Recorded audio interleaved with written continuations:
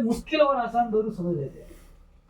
Pen कहाँ ऊपर से एडिशनल के व्यापारी बैठे हैं, मुझसे ज़्यादा दिमाग हो सकता है।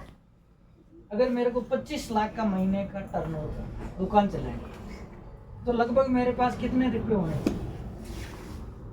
करोड़ 1 करोड़ तो चाहिए। ऐसा तो नहीं 25 लाख के 25 बीघे का फिर और लेकर आऊंगा, बिल्कुल खाली होगा तुम लोग। ज्यादा ऐसा तो ही नहीं चाहिए सर, है? ज्यादा ही चाहिए, ज्यादा चाहिए, 1 करोड़ से अधिक ही चाहिए। 1 करोड़ रुपए चाहिए। दूसरा 1 करोड़ के लिए 1 करोड़ का व्यापार होगा, उसमें 25 लाख का व्यापार होगा तो एक आदमी से हो जाएगा? एक दो तीन आदमी तो चाहिए परचेजिंग करने के लिए, लाने के लिए। अच्छा लाइट बिल वगैरह ये भी भरना पड़ेगा।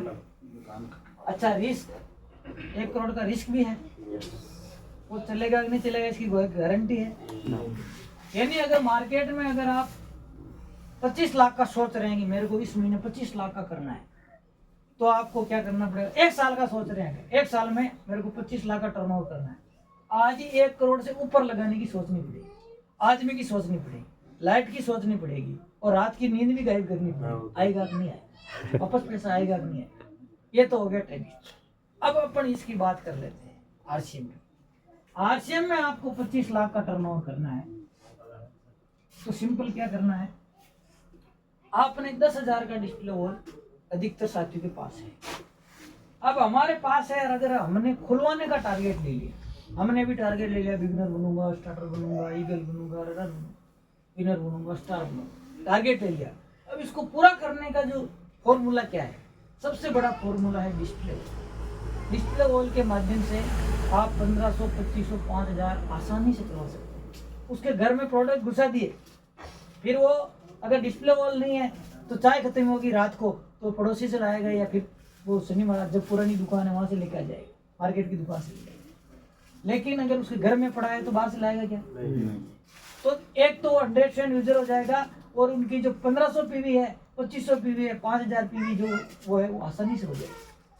दूसरा डिस्प्ले वॉल खोलने से डायमंड क्लब तो हो गई, बहुत सारे नए लोगों को संपर्क हो जाएगा। बहुत सारे लोग नए आएंगे, देखेंगे तो बोलेंगे ये क्या है, तो नई ज्वाइनिंग भी आ सकती है उसके माध्यम से और बात करने का अरे सर जाएगा। आप दोनों अंदर कौन सी मीटिंग कर? डिस्प्ले वॉल का आपने निर्णय लिया और इस महीने आप टारगेट लेते हैं कि कम से कम मैं 2 डिस्प्ले वॉल खुलूंगा, क्योंकि मैंने टारगेट लिया है बड़ा करना है। 2 डिस्प्ले वॉल को लिया, अगर 2 का लिया 5000 नया आदमी नहीं किया, 2500 भी किया तो 5000 का नया बिजनेस आ गया। और खुद का क्योंकि मैंने टारगेट लिया तो 2500 कर रहा हूँ तो 5000 करूंगा नहीं करूंगा, तो 5 यार 5 अपना 10 तो हो ही गया।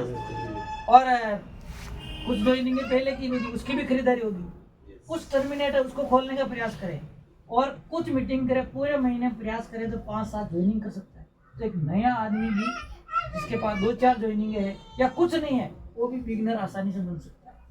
तो अपने को डिस्प्ले वॉल का टारगेट लेना है और अगर हम 2 का टारगेट लेते हैं और 2 1 हम 3 हो गए अगले महीने। पहला महीना ये था, दूसरे महीने में 3 लोगों ने टारगेट लिया, यही काम किया, फिर 2 और नए डिस्प्ले वॉल का तैयारी की, तो अगले महीने कितने हो जाएंगे?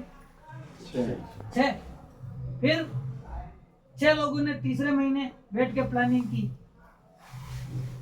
2 नए, ऐसे ही काउंसलिंग की, डिस्प्ले वॉल नए खुलवाने, क्योंकि टारगेट लिया है आगे जाने का, बढ़ने का। इस महीने भी 2 नए लोगों को डिस्प्ले वॉल खुलवाऊंगा, 12 हो गए। चौथे महीने 12 लोगों के साथ बैठे, फिर 2 डिस्प्ले वॉल की प्लानिंग की, तो कितने हो गए? 24 डिस्प्ले वॉल।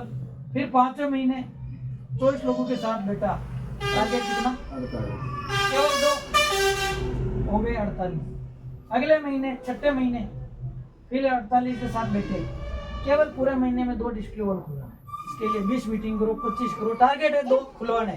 मीटिंगें करेंगे, कुछ ज्वाइनिंग आएगी, कुछ प्रोडक्ट सेल होगा, टारगेट 2 डिस्प्ले वॉल। इसमें सारे काम होते हैं, ज्वाइनिंग भी आएगी, प्रोडक्ट की जानकारी भी होगी, मीटिंग भी होगी, समस्या आएगी तो ऑफलाइन भी रोल होगा, सब कुछ इसमें आ जाएगा और हो जाएंगे 96। 7वें महीने 96 लोग, फिर प्लानिंग 2 डिस्प्ले वॉल की, कितने हो जाएंगे? 192। 8वें महीने फिर प्लानिंग 192 लोगों के साथ, कितनी लेनी है? कितना हो गया? 384।